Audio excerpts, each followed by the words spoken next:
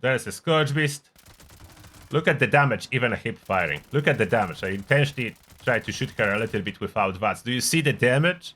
Hey fellow Vault Dwellers, it's Angry Turtle and it is time for the Commando build. And I'm wearing Stealth Suit here not for accident, it's intentional. Although I do have unyielding armor as well and tanky armor. So I do play this character low health and full health depending on circumstances. Let's say raid, full health, daily driving when I want a little bit more experience from intelligence and unyielding, then it is low health. And this build happened to be awesome. There is one more thing about Stealth Suit, the extra benefit of wearing Stealth Suit that comes with bypassing some of the bugs that are happening with VATS accuracy. If you wear a Stealth Suit, those bugs do not affect you. So that's why I like the Stealth Suit so much. The stealth attack damage is crazy. If you are not up to date, first 3 stages of the raid, you can do stealth with the Stealth Suit. So 3 stages of the raid are stealth capable. And I will show you stage 1, which is soluble as a stealth character, how that goes with Elder's Mark and with the build. But let's go step by step from the basic, special, perks, legendary. First, that's the special distribution for our Stealth Commando, and Rambo Commando in one, as that depends what armor I'm wearing. No power armor though. Power armor is a no-no until I fix bugs. So there is a special distribution. Legendary perks, a standard plus 20 to my total special, endurance, agility, luck, intelligence. And I do carry both at this moment, follow through and taking one for the team. And yes, they can be activated both at the same time, and they are multiplicative with each other, so you double your damage basically. Follow through, even if you are absolutely hidden, if stray bullet or explosion from enemy hits you, that will activate taking one for the team as well. Even when you are hidden, so it doesn't really matter if you are hidden or not. If you get accidentally slightly even hit, this will activate on enemy. And this will activate where you shoot them from stealth. The perks, so that's a big one. There is a lot to cover. It is a stealth build, so you may notice no onslaught on this particular perk. What I should mention here, I do have followed first. So I'm not using Trawling Pharmacy under strength. But if you do not have followed first, I would recommend Trawling Pharmacy. Like skipping Scatter Shot is acceptable and running Trawling Pharmacy instead. If you need even more carry weight, you may consider that, but benefit of running Bulletstorm is huge for the Commando this season. So I have here all Bulletstorm perks, bring the big guns Bulletstorm and Lock and Load that do work hand in hand. Then there is Easy Target for nice hefty damage boost as soon as we cripple anything, and that's happening very quick, almost instantaneously with the first bullet. Barbarian for some extra tankiness, especially important when you are wearing a Stealth Suit. Stealth Suit do not provide a lot of tankiness, that fixes it. And Scatter Shot for all the case scenario that you can further increase your damage. It's awesome. More limbs crippled, more damage because of Tormentor perk, and that perception. Only 12. Only 12 perception intentionally. Surprisingly, Commando this season needs more strength than perception. Number Cruncher for extra damage, Tank Killer for damage, Concentrated Fire for VATS and damage, and Awareness, so we actually can effectively hit the weak spots in VATS consistently without missing half of our shots. The best perk this season is the overall reduced VATS accuracy, so we are compensating for that with Awareness. Then Endurance, we do have as much tankiness as we are able to squeeze after assigning all other critical perks. So there is Life Giver, Ironclad, rank 1, Natural Resistance, there's Gwencha, Fireproof, Star Jeans, Iron Stomach, and Adamantium Skeleton. That serves us very well. Even with the Stealth Suit, we are decently tanky. Charisma, Strength in Numbers, Tenderizer. If you need experience, just kick out Tenderizer and add Inspirational, and you will have room for one more perk. Maybe Travel Agent to travel over encumbered. Tenderizer is good for bosses. Outside of bosses, it doesn't really do anything. So you can swap that if you are not fighting any. Intelligence. We do have Nerd Rage. It's not super necessary to have it, but as long as stat lock exists, you can basically ensure yourself to always use it regardless if you are low or full health. But not a must-have. Not a must-have. Patch is included for carry weight, first aid, and scrapper. There's not much that we need under intelligence, but I do have legendary intelligence card, so I need to have at least 6 points. Why I'm not changing legendary intelligence to some other card?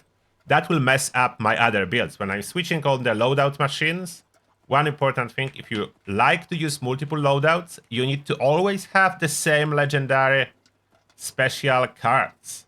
If you switch them, that will mess up your loadouts, as loadouts do not include legendary, so that's why I always go with the same ones. That's the main reason. Then agility, we do have Gunslinger for damage, Adrenaline for damage, and then Modern Renegade for limb damage, and therefore more damage from easy target kicking in after first bullet. Mr. Sandman, huge stealth bonus, like stealth is so powerful this season. Sneak, max out, even though we do have stealth suit, that's for the raid. Sneak in raid need to be tip-top, perfect, to be able to smoothly sneak in the first 3 stages. Escape Artist, that to remove noise from movement. And Gunfu. Gunfu surprisingly works quite well when you are wearing stealth suit and using non-explosive weapons like Elder's Mark. So then works quite well. Doesn't want to work with Gauss minigun on my heavy, but it does work in here. So I can use it. And lastly, luck, Grim Reaper Sprint, that's for daily driving. You could consider swapping that if you have no problem with action points. I like it. After it was buffed, I really enjoy it. Scrounger for our ultra sight ammo. Ricochet for a little bit more tankiness. 4-leaf Clover to get those extra criticals, and Crit Savvy hand in hand, so we're critting every third shot. Junk Shield for tankiness. Better criticals for more damage. And Class Freak to manage our mutations. Now, what is the gear and mutations? I'm running only one weapon, to be honest.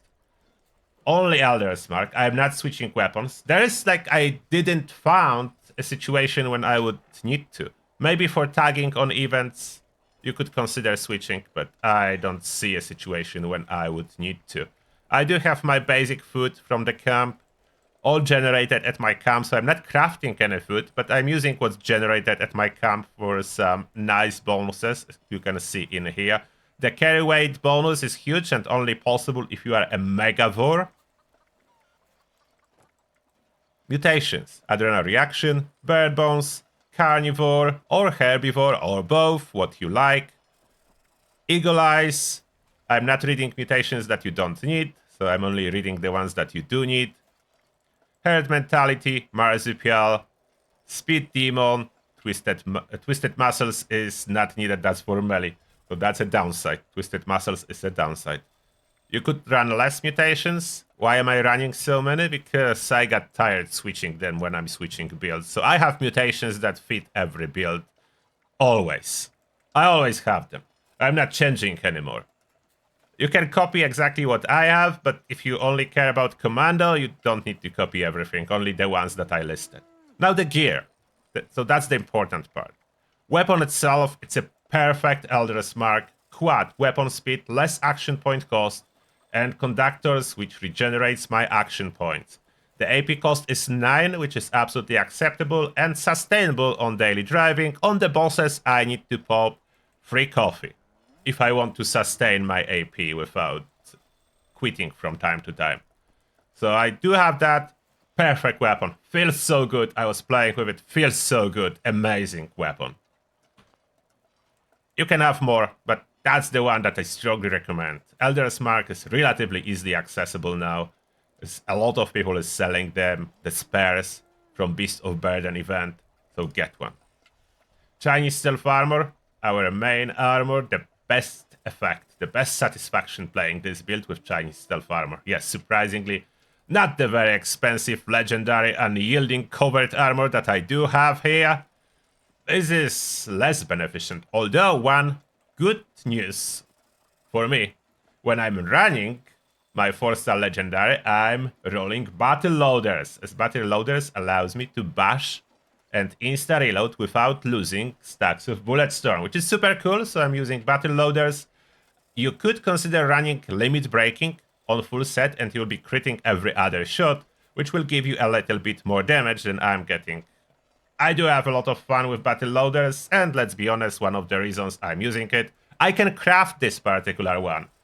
It's easy to equip, and limit breaking I cannot craft, and it's really hard to obtain. So I'm running battle loaders. Unyielding agility, so that's a perfect covered scout armor. Agility works really good as well, increasing my AP pool, and I can stay longer in VATS. On the third star, it's a mix here. I don't really care too much about weapon weight reduction, even though I do have on some armor, as Chinese stealth armor does not have it. So I need to have all the weight incorporated into the build, as Chinese stealth armor is no weight reduction. Why I don't use power armor and I do have the secret service for tanking? The reason for that, power armor currently is bugging out perks when you enter it or exit it, and you need to go for workaround, which I was talking about in my bug video recently. If I don't ever enter power armor, this problem do not exist. So with this Commando build, I have no problem, as I don't enter power armor, so I don't enter, I don't exit, I don't bug out my perks, which is cool. And why hunters, you may ask? You can see hunters here. That's for stage 4 of the raid. I was getting annoyed by accidentally dying way too often and decided to craft a dedicated set that counters stage 4 quite well. The poison resist is actually for stage 5. The stage 4 in the raid poison is ultra sight poison that cannot be resisted. So that's worth to mention. This is as well full set of Sentinel, so I'm very tanky with that. Bash to reload as well on this set, and one piece is auto stim on the chest. So if I forget to use stim pack myself, it will just use the stim pack for me. I would prefer to run self revive, the lifesaver, but it doesn't work. And if you want universal tanky set, Overeaters is still the best prefix for humans. Hunters, it's dedicated for stage 4 of the raid. And yes, I know, Snake on stage 5 is not really considered animal for whatever reason. But Poison Resist helps on stage 5. And I'm tanking quite well at both stages 4 and 5 with this armor. So I'm running Stealth Suit on stage 1 to 3. And then switching to my Hunter Auto Steam stage 4 and 5. Seems to be working perfectly fine. I did multiple raids very smoothly. Now, how is the damage? Let's start from the toughest enemy, and I will be wearing Chinese stealth armor. I'm not switching, and I'm not stat locking Nerd Rage, so Nerd Rage is currently not working. So I want to show you actual damage, in case stat lock will be, hopefully it will be fixed one day, and there will be no stat locking Nerd Rage and other stats at all, and they will just work as intended. So let's go. You may notice I remap my buttons to don't reload by accident. I move reload to different button, and now whenever I need to enter or do stuff or scrap, unfortunately the same button as reload. And just a quick note here, if you do plan to farm the Guardian yourself, it's important that you switch number cruncher for this particular activity to Santa Masochist. It's way higher bonus. You can even constantly run Santa Masochist, although on regular enemies you shouldn't be aiming for the torso unless you are hip firing. And now we're summoning the Guardian. You will see how it goes as you fight it from stealth. Oh, and why Stealth Suit is so cool. That's what I wanted to show you as well in here. Why is Stealth Suit bypassing the bug? So, if you watch my bug video, you notice that with recent changes about line of sight, you can obstruct line of sight with your own body. But here, because I'm invisible, my line of sight cannot be cut by my character. So you can see I'm walking into the line of sight and the numbers are not changing. So I cannot cut my own line of sight. It fixes so many problems. My VATS is so much more consistent when I'm invisible, which is awesome. You really need to try this build. You will enjoy it. And now let's deal with the Guardian. Mr. Guardian, how are you doing today? I need to take down your shield. And of course, those rockets sometimes will hit me as they can. Those are a homing missile. But outside of that, it's rather a straightforward process. You are walking around and shooting the shield. Why walking around? Because I can no longer hit the shield if Guardian is facing me. So that's the problem, therefore I need to be walking, but you can see my stealth is consistent. I'm in caution all the time, and the Guardian cannot really see me. It's just blindly firing towards the direction of the noise. And almost there. Yeah, on Guardian. There we go, and now we are targeting the torso. Unfortunately, the reload will happen, as I cannot just bash it to reload with stealth suit. But look at those numbers. Look at those damage. No onslaught needed. And I'm not spamming any coffee, so you can see my VATS will a little bit exit. And I need to regenerate slightly my action points. But it's so easy to kill the Guardian with this build that I don't need to worry about it. The Guardian is dead. I farmed it in the stealth suit with my Elder's Mark with lots of time to spare. You can see at the very end. Lots of time to spend. No extra boosters needed. No psycho buff or anything like that.